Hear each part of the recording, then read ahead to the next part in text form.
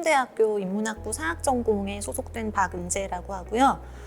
오늘 이제 제가 말씀드릴 주제는 이제 그 음식의 역사이고, 그 중에서도 이제 영국의 대표 음식이라고 일컬어지는 피시앤칩스의 역사에 대한 이야기예요. 그 음식의 역사는 지금은 사실 좀 드물지 않은데, 이제 많이 책도 많이 나오고, 이제 TV에서도 많이 다뤄지고, 이제 대중적인 성격은 이제 많이 부각이 되지만, 그게 좀 이제 일상적인 주제여서 이게 학문적인 연구가 가능할까, 뭐 이런 생각을 하시는 분들도 있을 수 있을 것 같아요.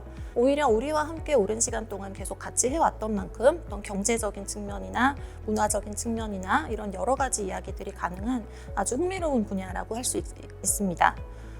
그리고 특히 이제 피시앤칩스 같은 경우에는 영국인들이 굉장히 좀 특별하게 생각하는 음식이었던 만큼 이미 연구서도 한 2-3권 정도 제가 알기로는 시중에 나와 있고요.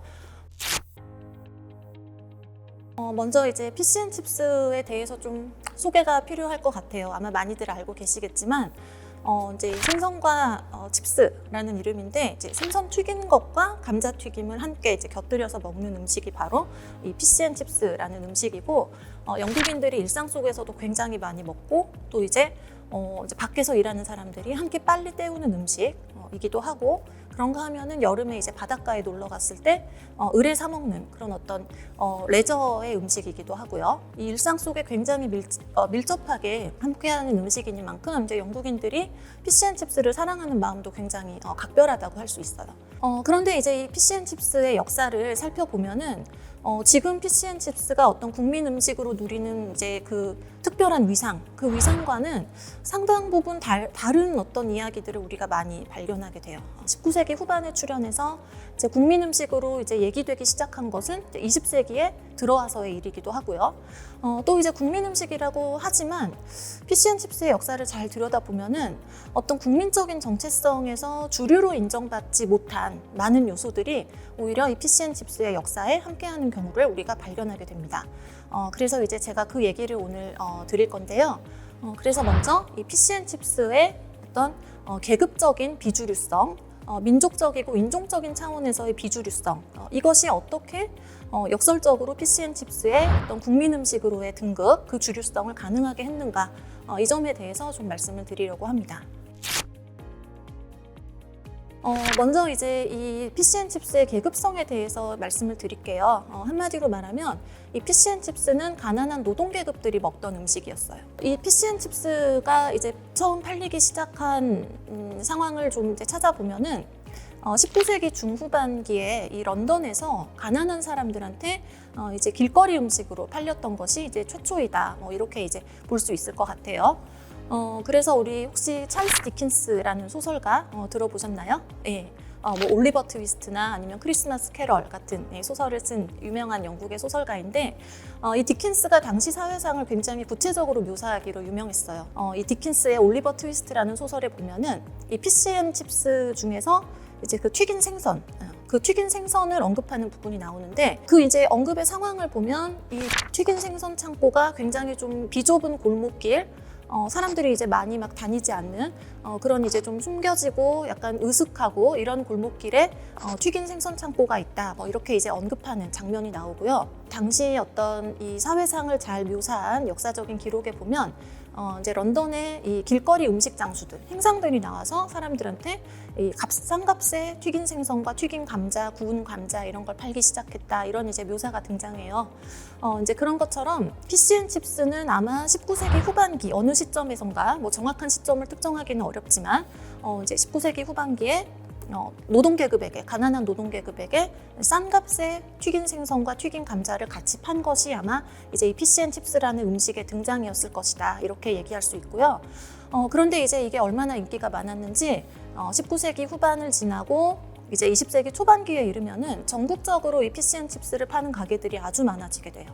1920년대 정도에 들어서게 되면 아마 영국에서 운영하는 이제 음식 업종을 이제 이 음식 메뉴로 좀 카테고라이즈를 해본다면은 아마 피시앤칩스가 가장 많지 않았을까. 그래서 전국적으로 한 3만 개 정도의 점포를 운영했다고 하는 기록을 찾아볼 수가 있습니다. 그리고 이제 런던뿐만 아니라 이제 이 산업화로 인해서 발달된 도시들이 있어요. 영국에는 예를 들면 이제 뭐 맨체스터, 뭐 리즈, 리버풀, 뭐 카디프, 뉴카슬, 공교롭게 또 이제 축구로 유명한 지역이랑도 상당 부분 겹치죠. 예. 축구도 또 이제 노동계급의 스포츠로 시작이 된 거잖아요. 예. 그만큼 이제 이 노동계급들이 많이 살고 있는 이 산업혁명 시대에 발달했던 도시들에서 이들의 음식으로 이제 피시앤칩스가 많이 소비가 되고 또 보급이 되어 갔던 것이죠. 그렇다면은 이제 또 다른 측면으로 산업혁명과 피시앤칩스의 관련성을 또 다른 측면에서도 우리가 살펴볼 수가 있는데, 과연 산업혁명이 없었으면 피시앤칩스가 오늘날과 같은 국민 음식이 되었을까? 보통 국민 음식이라고 했을 때 어떤 유구한 오랜 역사를 가지고 있을 것이다, 이렇게 생각하는 어떤 기대감과는 다르게 19세기에 진전된 산업화가 아니었으면 먼저 생선이 신선한 상태로 내륙까지 보급될 수 있었을까? 현대적인 어떤 냉동 설비가 필요한 거죠. 그리고 또한 큰 배를 끌고 나가서 원양어업을 통해서 생선을 잡아와야 했다는 거.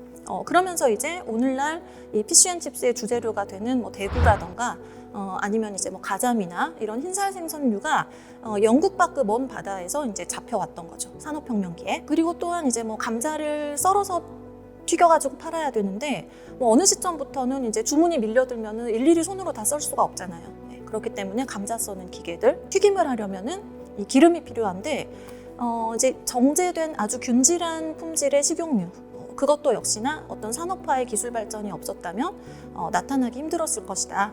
그렇기 때문에 이 산업화야말로 이 피시앤칩스를 이제 등장시키고 또 그걸 확산시키고 보급시킨 어떤 빼놓을 수 없는 전제 조건이라고 할 수가 있겠습니다. 그리고 그 산업화로 인해서 생겨난 이 노동계급들의 소비로 인해서 이 피시앤칩스는 어떤 전국적인 음식, 전국적으로 이제 많은 사람들에게 소비되는 음식이 된 것이죠. 그렇다면은 뭐 이런 질문들을 해볼 수 있을 것 같아요. 그렇게 이제 노동계급들이 일상적으로 소비하는 값싼 음식이었다면 다른 사람들은 거기에 대해서 어떻게 생각을 했을까? 피시앤칩스의 이미지는 어땠을까? 이제 그런 질문을 좀 생각해 볼 수 있을 텐데, 피시앤칩스의 이미지는 오랫동안 별로 좋지가 않았어요. 노동계급들이 없는 돈으로 이제 사 먹을 수 있는 음식이었던 것만큼 값싼 재료가 들어가지도 않았고요. 그리고 어떤 경우에는 종종 그걸 튀겨 파는 장소의 위생이 의심스럽기도 하고, 저급의 기름으로 생선을 튀기게 되면은 나중에 좀 냄새가 많이 나잖아요. 그렇기 때문에 이제 이 노동계급이 아닌 이제 상층계급이나 아니면 중간계급, 이런 영국인들은 피시앤칩스가 어떤 노동계급의 문화적인 표상이 되면서 피시앤칩스를 소비하는 것에 대해서 굉장히 부정적으로 생각을 했고, 피시앤칩스 냄새, 그게 이제 노동계급의 냄새로 등치시킬 만큼 그렇게 이제 부정적인 인상을 가지고 있었던 거죠. 그런데 그 부정적인 인상이 꼭 그렇게 사실에 기반하고 있었느냐? 어느 정도는 사실에 기반하고 있었지만 또 이제 다른 한편으로는 어떤 노동계급에 대한 이 상층계급의 어떤 혐오, 두려움, 이런 것에 의해서 조금 부풀려지기도 했어요. 예를 들면은 노동계급들이 이제 피시앤칩스를 많이 먹는 것을 보고서 당시에 이제 어떤 사람들은 노동계급 주부들이 게으르고 무지하기 때문이다. 그렇기 때문에 한정된 재원을 영양가가 많은 이제 채소라던가 이런 것들을 사서 요리를 하지 않고 게으르기 때문에 그냥 손쉽게 사 먹어버리고, 그러면서 이제 또 위생 때문에 배탈이 나고, 이런 것들을 이제 노동계급 문화의 어떤 부정적인 측면과 연결짓기까지 했던 거죠. 그렇다면 이렇게 이제 이 사회적으로 부정적인 인식의 대상이었던 피시앤칩스, 그리고 피시앤칩스와 연결되는 어떤 노동계급적인 이미지, 이런 것들이 있었음에도 불구하고 어떻게 해서 피시앤칩스가 이 국민 음식의 위치에 오를 수 있었을까? 그것은 바로 20세기 초부터 이제 보건이라던가 공중 위생에 대한 인식이 이제 좀 더 날카로워지기 시작하면서 관련된 정책들이 나오게 되고요. 그러면서 피시앤칩스를 튀겨파는 업장에도 어떤 조금 높아진 위생 기준을 적용하는 그런 정책들이 이제 도입되기 시작한 거죠. 그러면서 이제 냄새의 문제나 아니면 환기 문제나 아니면은 이제 재료의 위생 문제나 이런 것들에 대해서 조금 더 엄격한 기준이 도입되기 시작하고, 그러면서 이제 피시앤칩스를 먹기 시작하는 중간계급이나 상층계급까지 생겨나기 시작해요. 그래서 이제 1920년대, 30년대에 이르게 되면 이제 중간계급들도 이제 피시앤칩스를 먹고 싶은데 노동계급들이 같이 가는 그런 가게에서 먹고 싶지는 않은 거예요. 그래서 생겨난 게 뭐냐면 이제 레스토랑에서 이 피시앤칩스라는 메뉴를 팔기 시작하는 거죠. 그러면서 이제 그런 소비층이 점점 확대되기 시작합니다. 영국사에서 채통이라는 개념이 굉장히 중요해요. 그래서 이제 사람들이 어떤 좀 젠틀할 때 채통 차린다 이런 표현을 하는데 영국사에서 이제 특히나 19세기, 20세기 초반을 거치면서 사람들이 이제 사회적으로 용인받고 인정받기 위해서는 채통을 보여주는 게 굉장히 중요했어요. 계급에 상관없이 이제 노동계급도 노동계급 나름으로 어떤 자신들의 채통을 증명할 수 있는, 보일 수 있는 그런 이제 행동거지나 매너나 관습이나 이런 것들을 보여주는 게 굉장히 중요했는데 이 피시앤칩스를 둘러싸고 있는 이 채통이 높아지기 시작했다.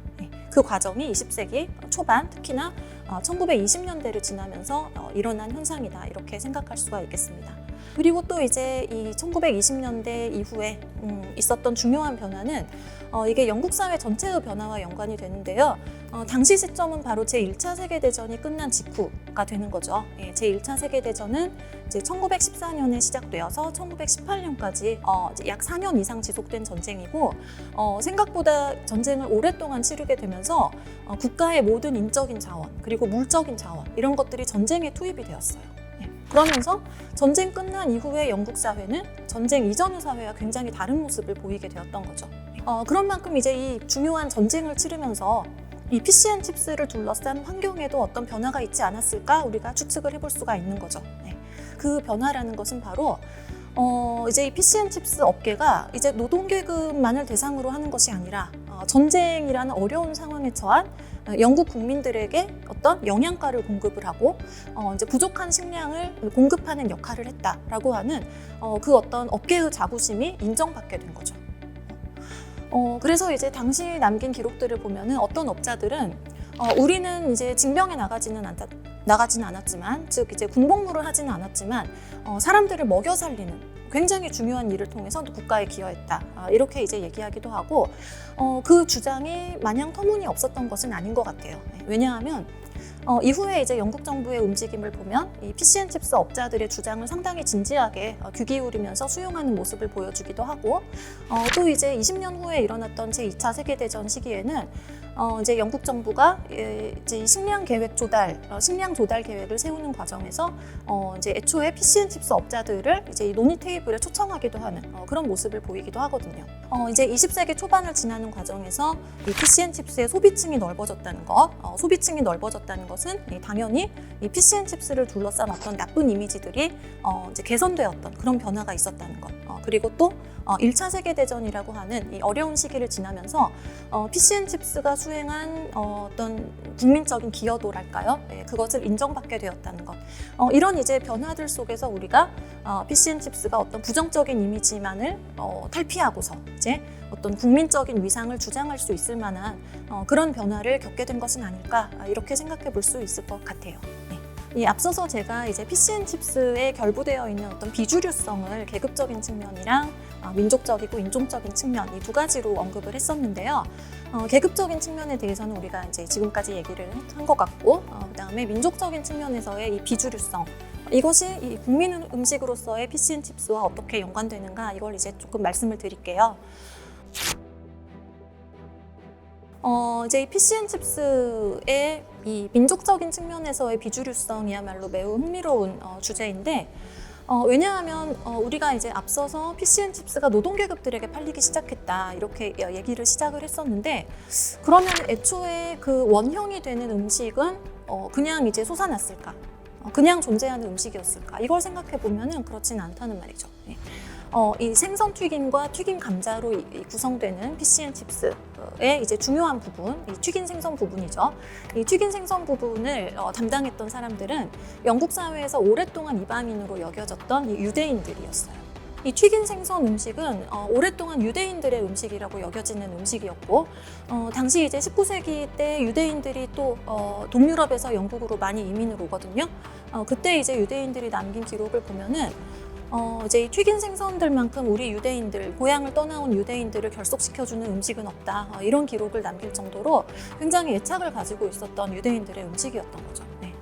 그래서 앞서 이제 중간 계급들이 어떤 노동 계급들을 보면서 이 냄새나는 튀긴 생선을 먹는 사람들 이렇게 봤던 것과 마찬가지로 유대인들에 대해서도 이제 오랫동안 이제 주류 영국인들은 유대인들의 냄새는 튀긴 생선의 냄새다.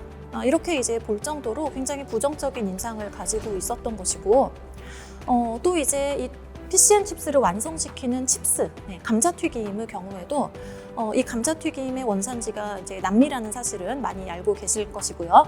그리고 이 감자를 길쭉한 모양으로 썰어서 튀기는 이 칩스의 원형이 되는 것도 영국이 아니라 오히려 프랑스나 벨기에에서 왔을 가능성이 높아요. 그렇기 때문에 우리가 이제 이 감자튀김을 보고서 이제 프렌치 프라이라고도 이제 부르는 거잖아요. 네.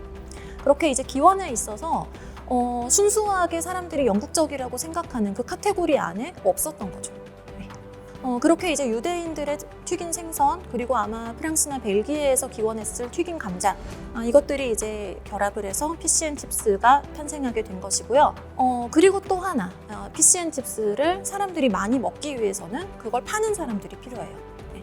그 파는 사람들을 살펴보게 되면은 의외로 영국인보다는 영국 사회에 바깥으로부터 진입한 사람들, 즉 이민자들이 많았다는 사실을 우리는 발견하게 됩니다. 그래서 19세기 후반이나 20세기 초반에는 이제 뭐 유대인들도 많았고, 그리고 이제 이탈리아에서 이제 영국으로 이민 온 사람들도 꽤 많았거든요. 그래서 이제 당시 20세기 초반에 살았던 이 이탈리아 출신인 피시앤칩스 업자가 남긴 기록을 보면, 자기가 살았던 구역에서 이 피시앤칩스를 가게를 하는 사람들은 전부 다 이탈리아 출신이었대요. 그렇기 때문에 나도 피시앤칩스를 하는데 그 말은 즉 내가 이탈리아에서 왔다는 사실을 사람들한테 숨기고 싶어도 숨길 수가 없다는 거다. 이런 이제 기록까지 남길 정도였고요. 이들이 이제 이 피시앤칩스를 가지고서 잉글랜드뿐만 아니라 북쪽의 스코틀랜드 그리고 웨일스 이런 지역까지 진출해 가면서 이 피시앤칩스의 소비 저변이 이제 전국적으로 확대되는데 굉장히 큰 기여를 하게 됩니다. 그리고 제2차 세계대전이 끝나고 이제 1945년 이후에 영국은 급속히 다문화 사회로 변화하게 돼요. 특히나 영국은 굉장히 커다란 제국을 운영했기 때문에 이 제국 출신이었던 사람들, 인도, 방글라데시, 파키스탄, 그다음에 이제 중동에도 여러 국가가 있고요. 또 이제 뭐 홍콩이나 실론 이런 지역들, 또 이제 중국 본토에서 오는 이민자들도 있고, 말하자면 이제 전 세계가 미국만큼은 아니지만 그래도 영국에도 상당히 이민을 오게 되면서 영국의 사회적인 풍경을 크게 바꿔놓게 돼요.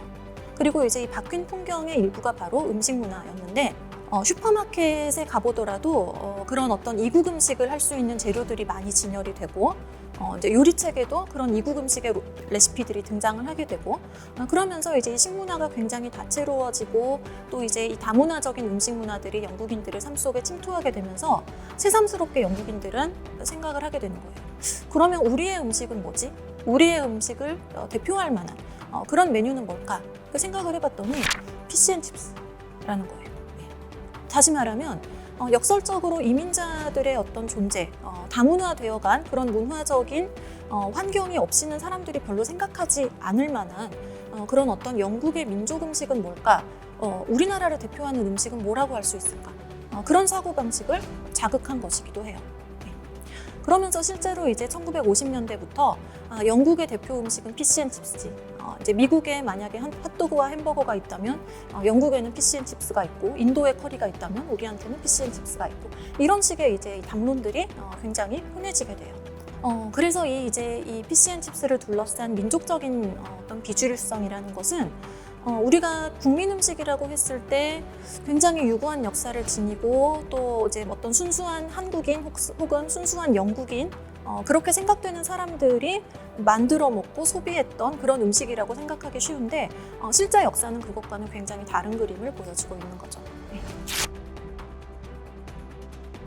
이 이민자들은 그러면 왜 이 피시앤칩스 업종에 뛰어들었을까요?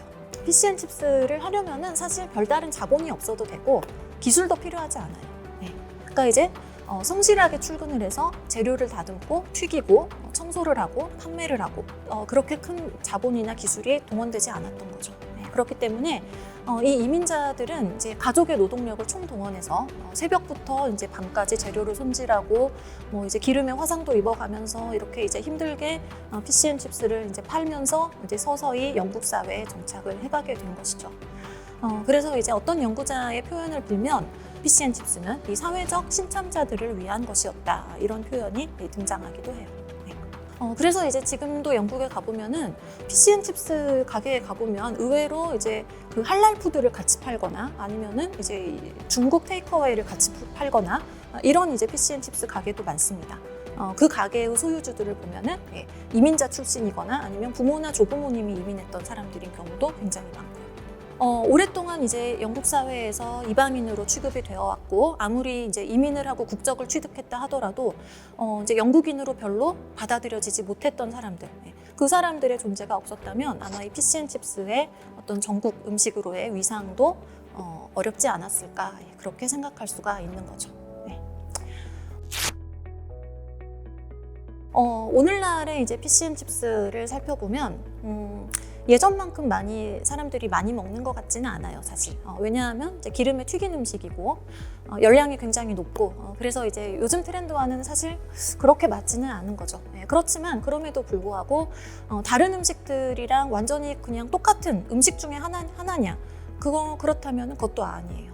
여전히 영국인들은 피시앤칩스를 굉장히 특별하게 생각하고 그리고 어떤 자신들을 대표하는 음식으로 소중하게 생각하고 있는데 문제는 뭐냐? 지금 새롭게 직면한 문제는 이제 이 기후가 급격하게 변화하고 있죠. 그렇기 때문에 이 피시앤칩스의 주된 재료인 생선을 어디서 수급할 거냐. 이제 예전의 어장에서는 그만큼 잘 잡히지가 않는 거죠. 또 전쟁의 상황에서도 그랬듯이 이제 이 재료를 보통 수입하는 것으로 요즘 식품 산업들은 의존을 하고 있잖아요. 그런 과정에서 이제 이 재료의 수급을 어떻게 안정적으로 확보할 거냐 이런 문제들도 이제 부상하고 있는 거죠. 우리 이제 강의 내용을 정리해 보면은 우리가 이 국민 음식이라고 생각하는 이 음식들도 그 안의 내용을 들여다보게 되면은 별로 국민적이라고 사람들이 생각하지 않는, 민족적이라고 생각하지 않는 요소들의 도움이 없이는 그 국민 음식이 탄생하지 못했을 거다. 말하자면 이 국민 음식을 둘러싸고 있는 이제 이 비국민성, 이것이 국민 음식의 존속의 핵심적이고 필수적인 요소로 요구되고 있다는 것이죠. 그런 점에서 보면 영국이 참 이웃 나라들이랑 이제 무역을 잘 해나가야 되고 새로운 수급처도 확보해야 되고 그러려면 조금 더 이웃들에게 포용적인 자세를 취해야 되고 개방적인 자세로 다가가야 할 텐데 이제 약 10년 전에 있었던 브렉시트라던가 이런 이제 사태를 보면은 별로 그렇지 않은 것 같아서 저는 조금 걱정됩니다. 오늘 강의는 여기서 마무리하겠습니다.